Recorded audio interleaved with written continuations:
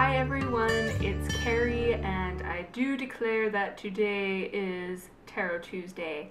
This is something I do once in a while on my YouTube channel where I invite people to send in questions and I attempt to give some guidance and advice using tarot. So I'll read you our question for today. Dear Tarot, I am a writer who doesn't write. I love to write, but I was suffering from a major depression, anxiety, and light drug and alcohol abuse. I still struggle with depression and anxiety from time to time, but I don't do drugs or alcohol at all. I have previously worked as a ghostwriter, but it didn't work out in the end. I would love to do something heartfelt and real. I'm thinking of starting an anonymous blog on the sensitive topics of mental health and spirituality. I work in a field where spirituality is frowned upon. Also, I am scared of bearing my soul to the internet and not being able to hide behind anonymity. The other option is to take further education in my field of work and keep writing as a hobby.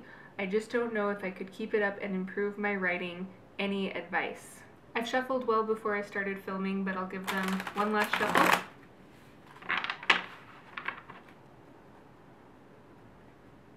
And we have Six of Swords, Six of Wands, Temperance, and the Devil. Before we even get into the cards, I just want to take a moment to ask you to turn to yourself and give yourself the appreciation that you deserve for the fact that you have stopped using drugs and alcohol.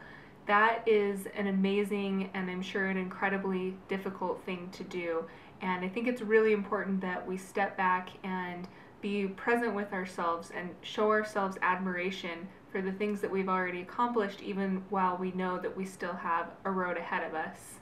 With the Six of Swords, I want to talk a little bit about the statement that you made. You said you are a writer who doesn't write.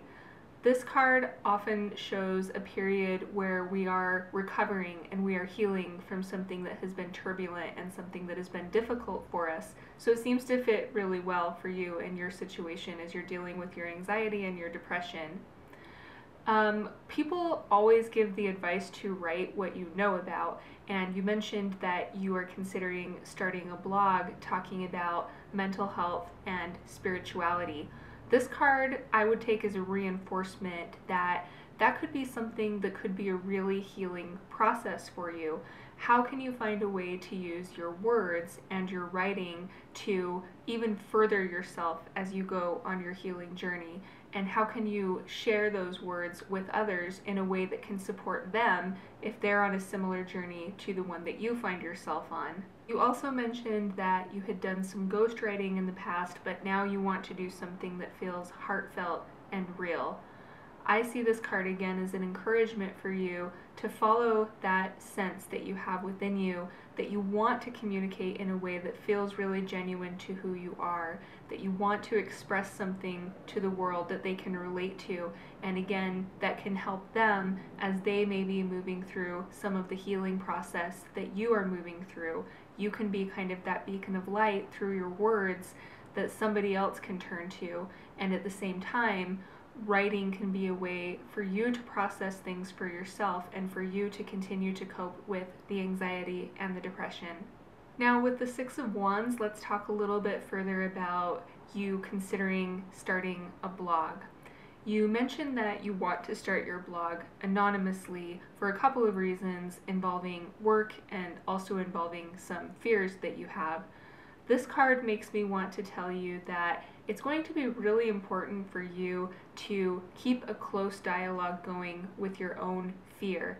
Now, fear is often there to actually protect us from things that we really do need protection from, and right now you may indeed actually not be ready to write publicly, as you mentioned. This card is often associated with some type of victory, so I would want to tell you that even if you start a blog anonymously, that's still something to be proud of. If you commit to putting your words out in the world in any form, you should really celebrate the fact that you're doing that, and you should see that as a step in the right direction, and you should do that with your head held high. In the picture on the card, there's a gentleman sitting on a horse looking as though he's being cheered on to move forward, and I would want to tell you that it is okay to move at the pace that feels right for you. I think the most important thing is just making sure, again, that you're really checking in constantly with your fear. There's a really great quote by Anais Nin, one of my favorite quotes of all time, where she said, "And the day came that the risk to remain tight in a bud was worse than the risk it took to blossom." So I think you'll want to continue to check in with yourself and think, is writing this blog anonymously still serving me, or is it now time to push past that fear and fully step into the light and own my words? And remember that only you can own that distinction. Just because you're writing a blog anonymously does not mean you're a coward. It does not mean you're not brave. In fact, I think it's a very brave thing for you to start writing this blog. Temperance ties into some of the lessons we've already discussed with the previous cards. There seems to be a few themes here. One is the theme of you embracing your healing process and embracing where you are in your healing process, while also starting to slowly move into a space where you realize that sharing parts of your journey can help others on their healing journeys.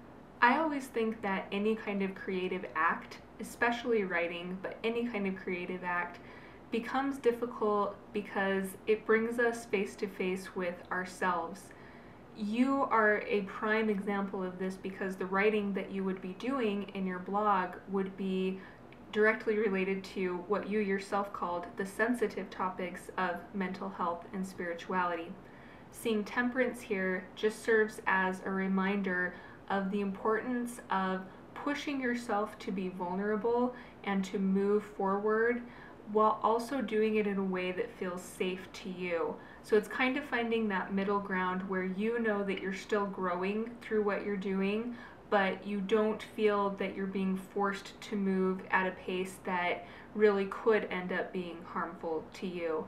So again, you'll need to consistently check in with yourself, talk to yourself to make sure you're maintaining that pace and doing things in a way that you feel challenged, yet you still feel somewhat safe. You also mentioned, and you presented it as an alternative option, that you could continue to do education in your field that you're working in currently and then just keep your writing as a hobby. I don't see any reason that you can't do both. I get the impression from the way you phrased this that you would hope eventually to monetize the blog, but many people continue to work a traditional job while they begin to build up a blog and try to grow an audience and do everything it takes to actually make a living from writing. So again, temperance I would see as telling you there's no reason you have to choose one extreme or the other. You can continue to work on both of those aspects of your life. And finally, with the Devil, we'll give just a few last bits of guidance for you. I want you to focus on becoming a writer who does write. Even when it's difficult, even when you feel resistance, I think that you need to really focus on being gentle with yourself, but also committing to facing your inner demons and dealing with the issues that you find in your life through your writing, because I really feel that you're going to be able to heal yourself and again heal others through this process. Thank you so much. I hope you found something helpful in here. I feel like I rambled a little bit, but hopefully you found something that you can take away from this. And thank you to everyone for watching. Make sure to subscribe to my YouTube channel. If you have a question of your own that you would like to submit, you can reach out to me via email, carrie@happyfishtarot.com. I will put that in the bar below the video. Thank you. I'll talk to you again soon. Bye.